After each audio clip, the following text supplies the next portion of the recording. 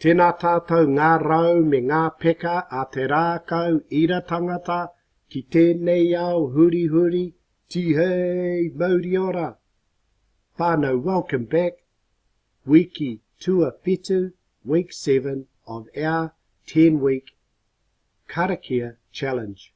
If you're just new here, this is your first time, welcome. Haere mai, nau mai, haere mai. To those of us who are returning, nau mai, haere mai, hoki mai. Great that you're still on board with us. Even if you're like me sometimes and you jumped off board for a while and you're back on, welcome back. Doesn't matter.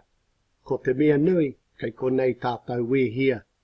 So enjoy. We're going to rock out Karakia number 7 today, acknowledging the beautiful sky we have here, the beautiful planet and Mother Earth, the nice gentle breeze on my face after last week's whakatauki te hau. Ooh, she was a fresh one. Anyway, welcome back.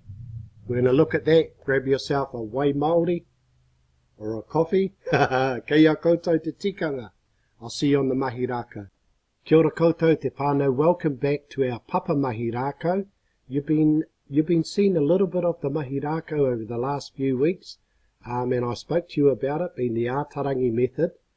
This karakia was taught to me and us, ngā pēo te wānanga, back in about 2004 and 5 by my pauako and kaiako Perenara Te Tewe in Te Reo Mäori in Otaki, Aotearoa. But having said that, mihi nui ki aia, me tōna whānau, and to all the kaiako ātarangi and kaiawhina around the motu Aotearoa and te pāpaka a Maui, Australia, have a look around for a kaiako for you if you like this method.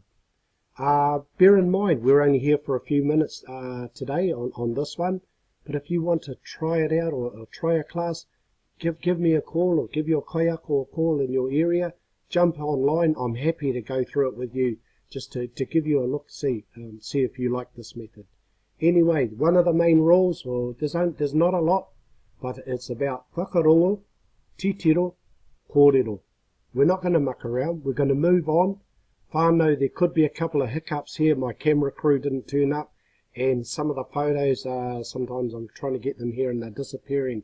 Just bear with me. If it goes blank, I'll still kōrero, you still listen, and then you repeat. Let's rock it out. Mihi nui kia io. Mihi nui kia io. Nāna te kore. Nāna te pō.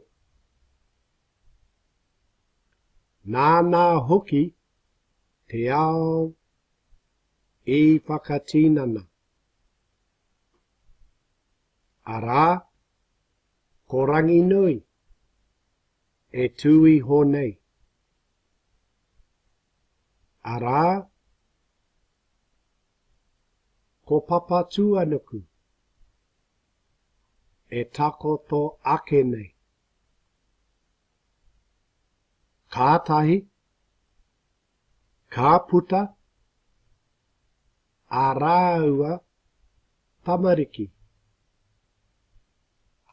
Nui tonu. Arā, ko tāne māhuta. Ko tā whiri mātia. Ko tangaroa. Ko rongo. Ko Haumia-tike-tike. Ko rua umoko.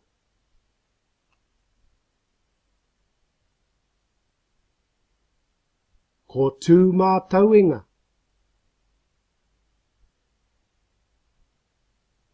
Tokona, a rangi nui ki ronga. A papa tuanuku ki raro.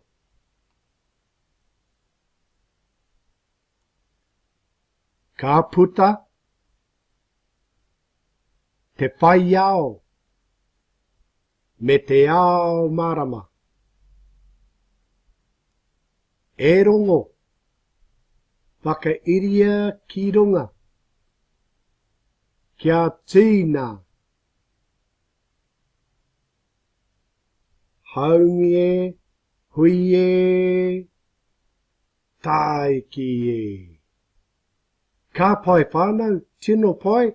Gonna take a little short break there. Well done for your first immersion in Te Reo Mäori in the Ātarangi method. Gonna take a little break, then I'm gonna pop next door and see if we can get this clip going for you. Taihuake nei, won't be a moment.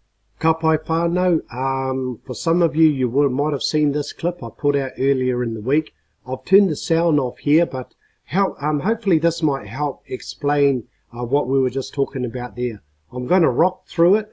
I've done it in English first, so you can get a bit of an idea of what we're doing, and then it picks it up in Māori. So I'm just going to play it, and maybe we can narrate it and talk through it together. But let's just have a look whānau. Our surroundings, karakia tua whetu, mihi nui kia io. There's our karakia as you've received it whānau, the written content. Here it is, the ātarangi method. Kore koe ngaro taku reo rangatira, lest you be lost, my noble language. From the void of unlimited potential, there we are, we acknowledge the source. We acknowledge the time of the nothing of nothingness, but the unlimited potential. The source of darkness and unknown, the poor.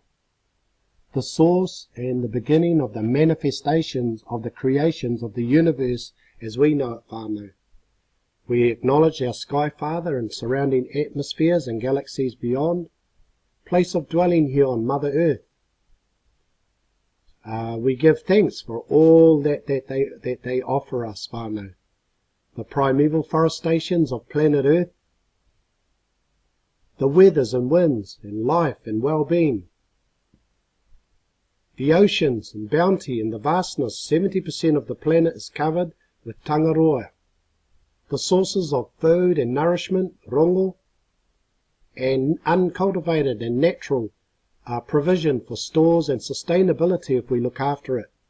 Acknowledging earthquakes, volcanic and weather patterns, and that's us as tūmātauinga humanity.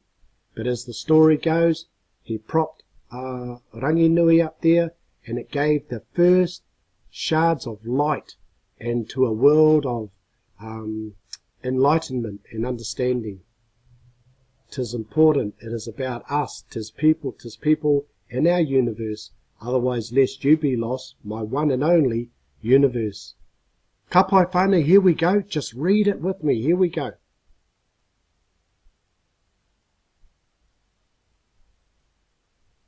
Here we go. Mihi nui kia io. Nā te kore. Here we go. Just read it with me. Nā te pō. Nā hoki te ao I whakatīnana. Arā, ko rangi nui e tui honei. Arā, ko papatua nuku e takoto ake nei. Kātahi ka puta, arāwa tamariki, nui tonu. Arā ko tāne māhuta. Ko tā whiri mātia. Ko tangaroa. Ko rongo. Ko Haumia-tike-tike. Ko rua umoko. Ko tūmātauinga.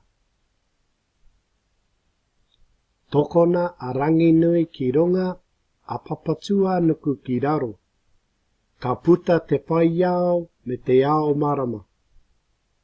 E rongo whakairia ki runga kia tīna, tīna. Haumia hui taiki. Our surroundings. Cool. Ka pai. Ka pai whānau. Hey, while we've got it there, well, while I had it there, hang on, taihoa. Taihoa whānau. Where are we? There it is. Okay, whānau. Let's just, while we've got it there, let's work with what's happening. I know it's a little bit obscured there, but let's do our best. Join with me. Going to read slowly, but let's do this. It's all about kōrero and kōrero, kōrero. So let's go again, whānau. Please join me. Mihi nui kia io, nāna te kore, nāna te pō, nāna hoki te ao I whakatinana. Arā ko rangi nui e tui honei, arā ko papa tuanuku e takoto ake nei. Kātahi, ka puta arāua tamariki nui tonu, arā ko tāne mahuta, ko tāwhiri mātia, ko tangaroa, ko rongo, ko Haumia-tike-tike, ko rūau moko, ko tūmātauinga. Tokona a rangi nui ki runga, a papatua nuku ki raro. Ka puta te whaiao me te Aomarama, e rongo whakairia ki runga kia tīna, haumie huie tai ki e. Ka pai whānau, we're going to finish off now. I'll be back with you shortly. Ka pai whānau, hey, aroha mai if things are a little bit rough here today. Yeah, I can only get better at this editing and getting all this right, but at least it's a bit of a look-see for you. And as I've said before, yeah, hit me up sometime. It can be quite confusing your first time out looking at this. A lot of new words today. And then these are the older words of our atua Māori, our aspects of creation and our surroundings. But just recapping, rangi nui, Sky Father, Papa Tuanuku, Mother Earth. Some of acknowledging, I think, I'd like to say a period of time, te kore o te korenga, the time of the nothing, of the nothingness, acknowledging time. And over here to te pō, the darkness and unknown. But hold that thought. And then, as it talks about their children, or could I say, the aspects and our surroundings. Ka pai. So up here we're acknowledging io, io as a creation beginning. If these are creations, a creation source. So from the source of io, and io is part of all these things here. You can see in their karu, their eyes there of these atua, these atuatanga, these āhuatanga, these aspects. In every part, io is there. Ka pai. So here is tāne mahuta, representing the vegetation and the primeval forestations. Tāwhiri, the wind. Just in this picture, the wind, but each one of these atuatanga, they cover many aspects, and also on the human plane. But today, we're just looking at them in the environment. Tangaroa, the oceans. Rongo, rongo and Haumia-tike-tike, that's all about the kai and the sustenance and the nutrition that has been left here on the planet for us to manage. Ruau moko, down here, still not born, that's the young one. Still part of Papa Tuanuku, that's where we get our earthquakes and volcanic activity. Then over here, tūmātauinga. A lot of times, poor old tūmātauinga gets a bad rap as the god of war. But you know, you can't say me noho, and you have to have the opposite e too. So we have to have, that's a different aspect of two as well, and that's why they're standing up. But what I believe in this picture, this is humanity, and this is tūmātauinga's contribution to this picture too, is that is part of us as humanity. And we all stand here with tūmātauinga propping up and maintaining rangi nui above and Papa Tuanuku below. Whānau, that's probably enough, because I know, you know, it's a lot to take on board. I'll sing you a little song that Perenara taught us back in the day. Don't always rely on a guitar, whānau, for your Waiata Kiinaki. Just go with the rangi and the wairua that comes to you. But here's a little Waiata to finish off. And thanks for joining me today, and we'll catch you up soon with Karakia tua waru, but let's just rest with this one for now. Ko rangi nui te matua, ko rangi nui kei runga, ko ia te matua o ngā atua e, ko rangi nui te matua. Papa tua nuku te whaia, papa tua nuku kei raro, ko ia te whaia o ngā atua e, papa tua nuku te whaia. Rangi nui, papa tua nuku, ngā mātua o tātau e, ko rangi nui, ko ia te mātua, papa tua nuku te whaia. Rangi nui, papa tua nuku. Rangi nui, papa tua nuku. E rongo whakairia ki runga kia tīna, tīna haumia hui e, tai ki e.